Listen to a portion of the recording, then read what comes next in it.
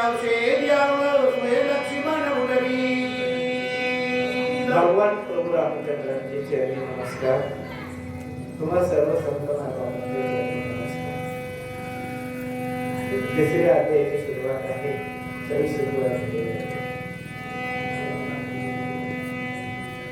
या ओळ्यात थोडस एक देश माया म्हणून सांगतो. या त्याच्या पहिल्या ओळीमध्ये एक चमत्कार. चमत्कार मी तुम्हाला सांगतो आणि मग आपल्या विषयाला पहिली ओळी अशी ऐसे बोलता हनुमंत संतोषला रघुनाथ स्वानंद सुखे उल्लत पाठी थापटीत कपिशी. ही ओळी आहे. मला असं चिंता सांगायचं आहे. लक्ष्मण मरणाच्या दारात पडलेलं दुःख विसरून रामाने स्वानंद सुखामध्ये डुललावं असं घडलं होतं. अजून लक्ष्मण उठलेला नाही. उठल का नाही याचा भरोसा नाही. तरी लक्ष्मणाचं दुःख विसरावं आणि रामाने स्वानंद सुखामध्ये डुललावं असं काय घडलं होतं. घडलं होतं एवढंच की हनुमंताने लक्ष्मणाचं दुःख विसरावं आणि आपल्या बोलण्याचं सुख रामाला व्हावं असं बोललं होतं.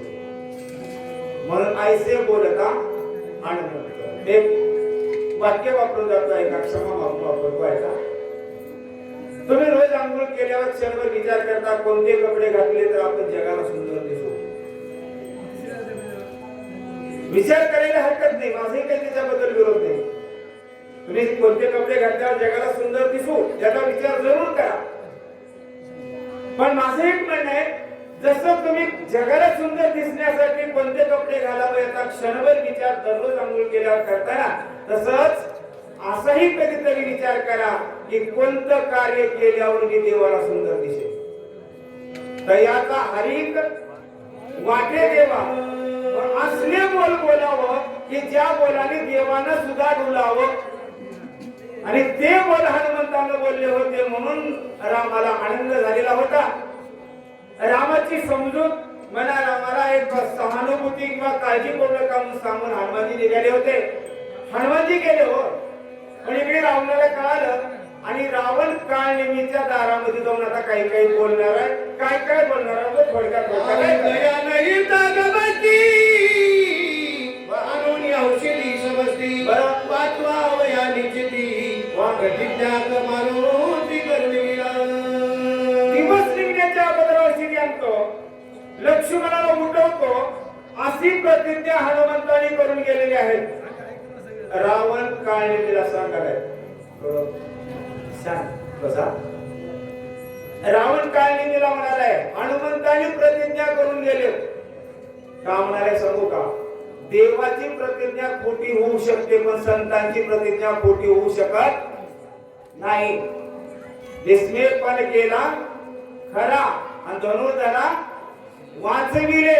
मग संतांनी बोललेले शब्द आहेत, हनुमंतांनी बोललेले शब्द आहेत आणि हनुमानजींनी जे अर्थी बोलले त्या अर्थी हे कार्य सिद्धीला नेणारच. म्हणून मला काळजी लागल्या तत्काल औषधी आणून हाताची उठेल लक्ष्मण. बरोबर त्याशी धुंगल कोण राम लक्ष्मण अग्रबळी. हनुमानजी औषधी आणतील.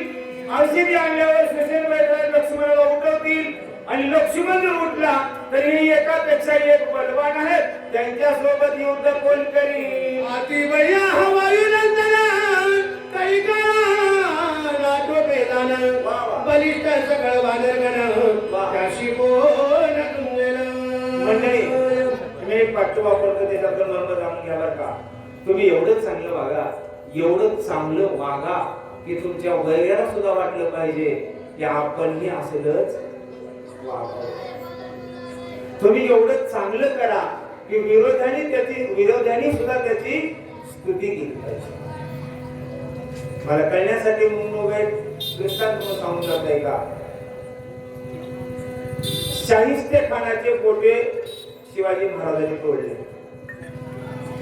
बोट तोडलेला शाहिस्ते खान तरमळत पडलेला होता. त्या साहित्य खानाची एक बहीण पळत आली आणि ते बहीण साहित्य खानाला म्हणू लागली, भैया भैया मेरी बेटी गायब हुई है, माझी पोरगी गायब झाली.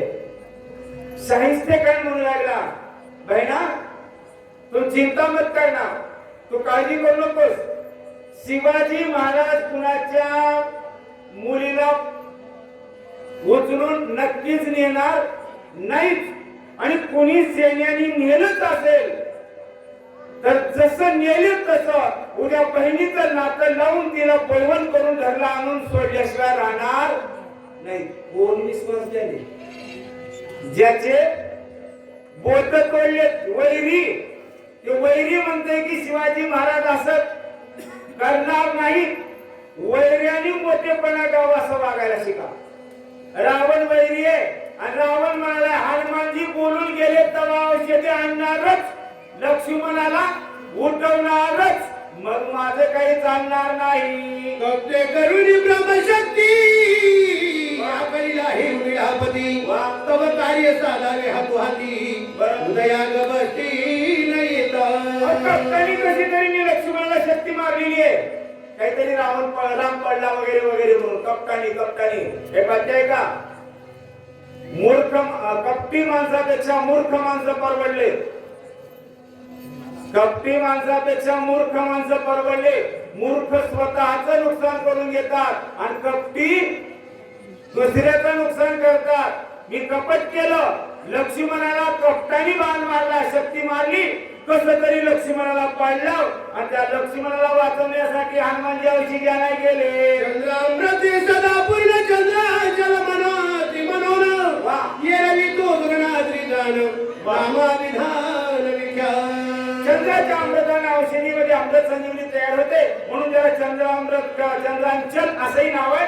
एरवी त्याला द्रोणाद्री म्हणतात. त्या द्रोणाद्रीवर औषधी आणायला गेले. रूपाने चंद्रामृत अमृत संजीवनी त्याशी म्हणत औषधी अशी आनंद पर्वती समस्त वर्तती. चंद्रामृत रूपाला येऊन अमृत संजीवनी तयार झालेली आहे. इथे एका शब्दावर थोडासा भर देतो बरं का. ऐशा औषधी समस्त अंतयस्थानी वर्तती. वर्तती याचा अर्थ आहे इकडे तिकडे फिरता.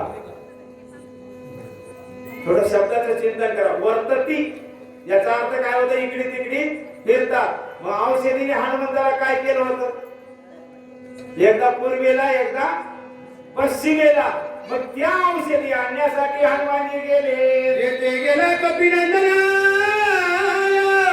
बहुमाया करोडी आपण बरगाशी करावी विघ्न सूर्योदय जवळ न होया. हनुमानजी औषधी नाही गेले. तू काही कर, काही माया कर आणि माया करून हनुमंताला दिवस निघेपर्यंत अडकावून ठेव असं रावण काळजीची विनंती करायलाय. ऐका, राजा आपल्या राज्यातल्या एका सामान्य माणसाची विनंती करायलाय. विनंतीच नाही, पाया सुद्धा पडते. कारण सांगतो, वाईट काम करायचं असल्यावर नको त्याच्या पाया पडायची येळी आहे. चांगले काम करणारे कुणाच्या पाया पडायला जात. ते वाईट काम करायचे ना म्हणून त्याची विनंती करू लागले. काय म्हणतात? माईची लक्षण जटाधारी वल्कल भरण सर्वांगी बसना उतरण असाधारण ऋषी वेश. असला माईक रूप धर, असाधारण ऋषीवेश. का सांगायला सांगू का? ऐका, सांगतो. थोडं मागली पेपट घेण्यासाठी सांगायला बरं का. एक वाक्य वापरून जातो मी सांगणार असा या ओव्यांचा अर्थ आहे असं माझं अजिबात म्हणणं नाही. माझ्या बुद्धीला जे योग्य वाटले ते मला सांगण्याचा प्रयत्न आहे आणि ते पटवण्यासाठी मी थोडस चिंता सांगायला चुकलंच वाटत असेल तर क्षमा करायची. एक वाक्य वापरून जाऊ का? ऐका, आपण आपल्यातले गुण ओळखायचे. दोषे काढायला तर लोक आहेतच की. आपण पाऊल पुढे टाकायचा प्रयत्न करायचं. कारण माग पाय वळणारे लोक आहेतच की. बरोबर? हे पाय वळायचं काम करणारे लोक आहेतच की. आपण स्वप्न मोठेपणाचे बघायचे, कमीपणा सांगणारे लोक आहेतच की आपण केलेलं चिंतन कथेमध्ये आपण समाजाच्या पुढे मांडायचं. जर सांगता सांगता चुकलं तर चुका काढायला लोक आहेतच की. त्याची एक गंमत आहे, मी सांगतो तुम्हाला का.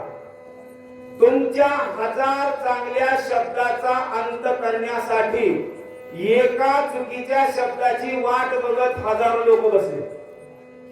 हे कुठं चुकल म्हणून चुकणं हा माणसाचा स्वभाव धर्म आहे, तर काही सांगता येत नाही. ऐका, रावण तो असाधारण ऋषी वेश धरून जा का म्हणाले, त्याचं कारण